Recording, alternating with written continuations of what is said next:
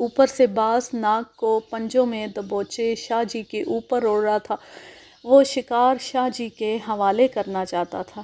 گھوڑا ایک دائرے میں دوڑ رہا تھا اور ناگ تعاقب میں تھا۔ فاصلہ وہی تھا۔ شاہ جی نے گھوم کے دیکھا تو چلائے، صابر، کتے چھوڑ دو، کتے چھوڑ دو۔ میں کتے نہیں چھوڑنا چاہتا تھا، مجھے خدا نے موقع دیا تھا۔ کنواری بیٹی کی آہیں شاہ جی کو سزا دینے والی تھیں، مگر میرے ساتھیوں نے 9 کے 9 کتے چھوڑ دیے۔ کتوں کے ساتھ ہمارا بھاگنا ضروری تھا، مگر ڈر یہ بھی تھا کہ ناگ کسی کو ڈس نہ لے۔ پھر بھی ہم دوڑے اور کتے ہمارے ساتھ دوڑتے ہمارے منہ کی طرف دیکھ رہے تھے کہ شکار کہاں ہے اور کیا ہے۔ شاہ جی کا گھوڑا چکر میں آیا تو افضل نے ڈھیلا اٹھا کر گھوڑے کے پیچھے بھاگتے ناگ کی طرف پھینکا۔ اس کے بولی نے ناگ کو دیکھ لیا، وہی بولی جو تھوڑی دیر پہلے ناگ کو دیکھ کر کانپنے لگا تھا، اب گولی کی طرح دوڑا اور ناگ کے اوپر سے گزر گیا۔ ناگ نے لڑکھنی کھائی اور پھن پھیلا دیا۔ وہ رک گیا تھا۔ پیچھے سے ایک بل ٹیریر نے تیزی سے جا کر اس کے سر کے نیچے منہ مارا اور ناگ کو بھنبوڑ کر چھوڑ دیا اور آگے نکل گیا۔ شاہ جی نے دیکھا کہ ناگ ان کے تعاقب سے ہٹ گیا ہے تو وہ گھوڑے کو سنبھالنے کی کوشش کرنے لگا، مگر گھوڑا بے قابو ہو چکا تھا۔ باگے کھینچنے کے باوجود رک نہیں رہا تھا۔ میرے دوست نے مجھے آہستہ سے کہا، اپنا کتا کسی طرح گھوڑے کے پیچھے ڈال دو۔ اس کا مقصد یہ تھا کہ گھوڑے کو اور زیادہ دہشت زدہ کیا جائے، شاید شاہ جی کو گرا دے، مگر ہمارے پاس ایسا کوئی طریقہ نہیں تھا کہ کتوں کو گھوڑے کے پیچھے ڈال سکتے۔ کتے اب ہمارے قابو میں سے نکل گئے تھے۔ بولی اور بل ٹیریر کی جرأت کو دیکھ کر باقی کتوں نے بھی ناگ کا محاصرہ کر لیا۔ ناگ پھن پھیلا کر ایک کتے کی طرف جھپٹتا تھا تو پیچھے سے کوئی اور کتا اسے دانت یا پنجہ مار کر دور ہٹ جاتا تھا۔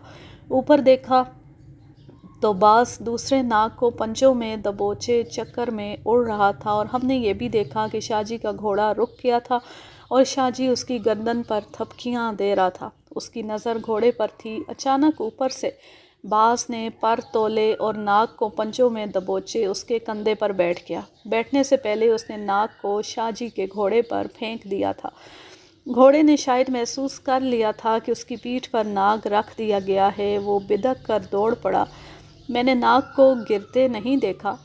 ادھر کتوں کی طرف دیکھا تو ایک کتا چیخ اور تڑپ رہا تھا، اسے ناگ نے ڈس لیا تھا، لیکن ناگ کا بھی دم خم ختم ہو چکا تھا۔ کتوں نے پنجے مار مار کر اسے لہو لہان کر دیا تھا اور اس کا پھن زخمی ہو چکا تھا۔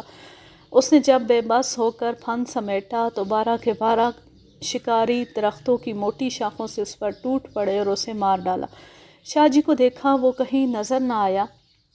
دور سے گھوڑے کے ٹاپوں کی آواز سنائی دے رہی تھی جو دھیمی ہوتی جا رہی تھی۔ ہم نے کتوں کو زنجیریں ڈالیں اور میں نے سب کو بتایا کہ باز نے ناگ شاہ جی کے گھوڑے پر پھینک دیا تھا، جس سے گھوڑا بدک کر بھاگ اٹھا۔ ہم دوڑ پڑے۔ راستے میں ہمیں ناگ نظر آیا، اس کے سر سے خون بہہ رہا تھا اور وہ آہستہ آہستہ رینگ رہا تھا۔ ہم نے اسے پتھروں اور درختوں کی شاخوں سے مار ڈالا۔ دوڑ دوڑ کر تھک گئے تو ہم چلنے لگے۔ راستے میں 3-4 آدمی ملے، انہوں نے پوچھا کہ گھوڑے پر کون تھا؟ ہم نے بتایا تو وہ بھی ہمارے ساتھ چل پڑے۔ انہوں نے بتایا کہ شاہ جی کا پاؤں رکاب میں پھنسا ہوا تھا، وہ گر پڑے تھے اور گھوڑا انہیں گھسیٹتا لے جا رہا تھا۔ شاہ جی کا مر جانا یقینی تھا۔ ہم اور تیز چلنے لگے۔ دور سے ہم نے بہت سے آدمیوں کو ادھر ادھر سے دوڑتے ہوئے آتے دیکھا، وہ ایک ہی سمت دوڑے جا رہے تھے اور کہیں اتر کر غائب ہوتے جا رہے تھے۔ ہم بھی دوڑ پڑے۔ آگے ٹیلے کے دامن میں لوگوں کا ہجوم جمع ہو گیا تھا۔ دیکھا کہ شاہ جی کی لاش پڑی تھی، سر سے پاؤں تک خون سے لال سرخ، کپڑے تار تار ہو گئے تھے اور گھوڑا پرے کھڑا ہانپ رہا تھا۔ باز زین پر بیٹھا تھا۔ میں نے دیکھا کہ یہ وہی جگہ تھی جہاں چند ہی دن پہلے شاہ جی نے ایک نوجوان لڑکی کو دبوچا تھا۔ میں نے شاہ جی کی لاش کو دیکھا، اس کے بازو کے ساتھ وہ تعویذ بندھا ہوا تھا جسے دیکھ کر سیلاب، ناگ اور درندے راستہ دے دیا کرتے ہیں۔ اس کہانی کا عبرت ناک پہلو یہ ہے کہ شاہ جی کے چہرے کی حالت یہ تھی جیسے اسے درندے پنجوں سے نوچتے رہے ہوں۔ چہرے کی ہڈیاں ننگی ہو گئی تھیں، ہونٹ کٹ کر الگ ہو گئے تھے، دانت رونے طریقے سے ننگے ہو گئے تھے، ایک طرف کا سارا جبڑا ننگا ہو گیا تھا اور کھال لٹک رہی تھی۔ اس وقت مجھے لڑکی کا گال یاد آیا جس پر شاہ جی کے دانتوں کے سرخ سرخ نشان صاف نظر آ رہے تھے، اور اس کی وہ التجا بھی۔ یاد آئی شاہ جی خدا کی قسم میں کنواری ہوں۔ وہ گدی آج بھی موجود ہے اور لوگ وہاں سے نقدی اور اپنی بہو بیٹیوں کی عزت کے عوض تعویذ لاتے ہیں اور کہتے ہیں کہ اس گدی کے تعویذ ناگوں کو اندھا کر دیتے ہیں اور آندیاں روک لیتے ہیں۔ یوں یہ زبردست کہانی اپنے اختتام کو پہنچی۔ مجھے تو یہ کہانی بہت زیادہ پسند آئی۔ آپ بھی کمنٹ کر کے ضرور بتائیے گا کہ آپ کو یہ کہانی جو باقی کہانیوں سے قدرے منفرد تھی کیسی لگی، اور اگر یہ کہانی یا میرا انداز پسند آئے تو اس چینل کو سبسکرائب ضرور کر لیں اور اس ویڈیو کو لائک کیجئے، شیئر کیجئے، کمنٹ کیجئے۔ اللہ حافظ، اللہ نگہبان۔